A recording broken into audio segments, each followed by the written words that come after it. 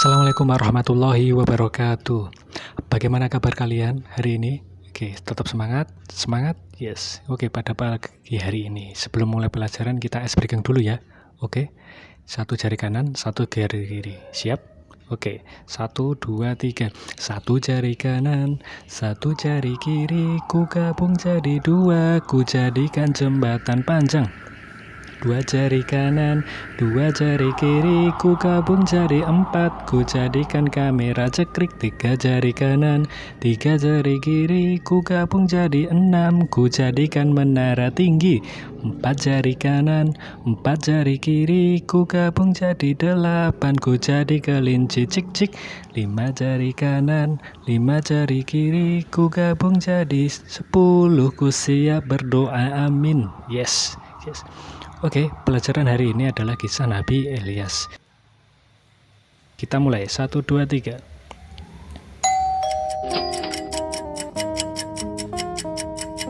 Oke, perhatikan baik-baik, saya akan menjelaskan pelajaran Nabi Ilyas. 1, 2, 3. Materinya adalah Nabi Ilyas keturunan keempat Nabi Harun. Berhala yang disembah Bani Israel bernama Baal. Nabi Ilyas berdakwah mengajak menyembah Allah, tapi kaumnya masih durhaka. Nabi Ilyas bersembunyi di gua selama 10 tahun. Musibah Bani Israel karena menyekutukan Allah berupa kekeringan selama 3 tahun dan gempa yang dahsyat. Nabi Ilyas dan orang-orang yang beriman selamat lalu pergi ke daerah lain dan menjalankan kehidupan dengan beribadah kepada Allah SWT. Oke, itu materinya, bisa di-pause dan dibaca ulang lagi. Untuk lebih jelasnya, kita lihat video berikut ini.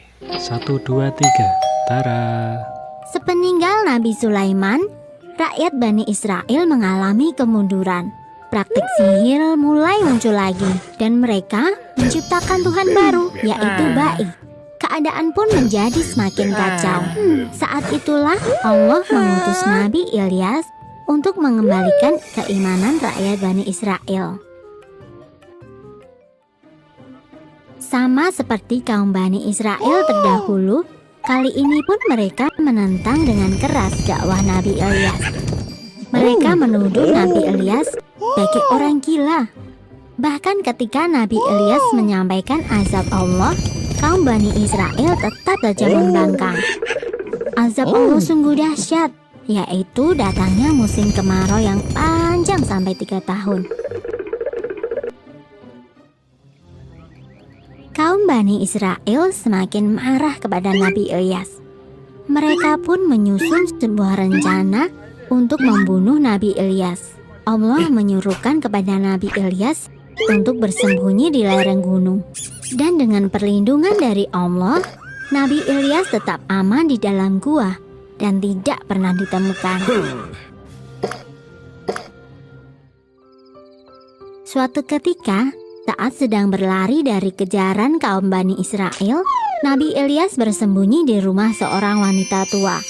Ia hanya tinggal bersama Ilyasa, anaknya yang sedang terbaring sakit.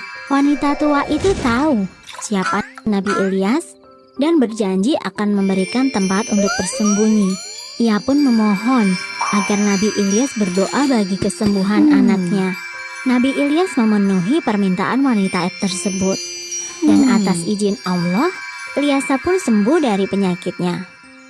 Setelah itu, Ilyasa menjadi pengikut sekaligus murid dari Nabi Ilyas. Ilyasa mendapat pendidikan langsung dari Nabi Ilyas. Ia selalu menemani kemanapun Nabi Ilyas pergi.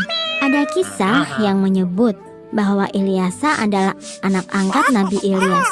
Ia begitu patuh pada ajaran Nabi Ilyas dan selalu mengingatkan kepada kaumnya agar meninggalkan praktek sihir dan berhenti menyembah Ba'i dan kembali beriman kepada Allah.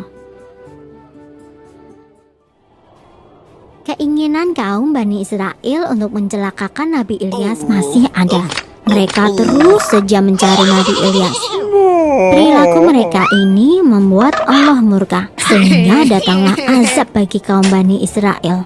Musim kemarau panjang datang selama 3 tahun. ladang pertanian mengering, ternak semua mati, dan sumber air pun mengering.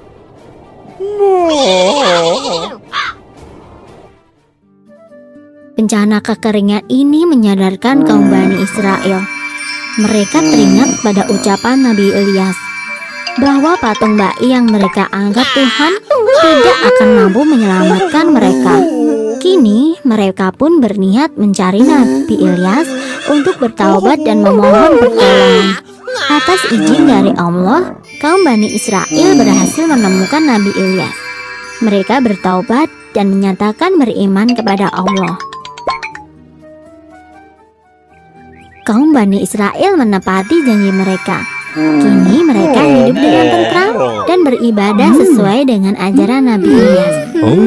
Setelah Nabi Ilyas wafat, Ilyasa meneruskan perjuangan sang Nabi untuk terus berdakwah. Dan kemudian Allah mengangkat Ilyasa sebagai Nabi. Selama masa kepemimpinan Nabi Ilyas dan Nabi Ilyasa, kaum Bani Israel hidup dalam kemakmuran dan kedamaian. Setelah menjelaskan tadi sudah video, kita kerjakan tugas berikut ini. Nanti bisa dikumpulkan di sekolahan masing-masing. Oke, selamat mengerjakan semua. Kita akhiri dengan lafaz hamdalah bersama-sama. Alhamdulillahirabbil alamin. Jangan lupa, dadah.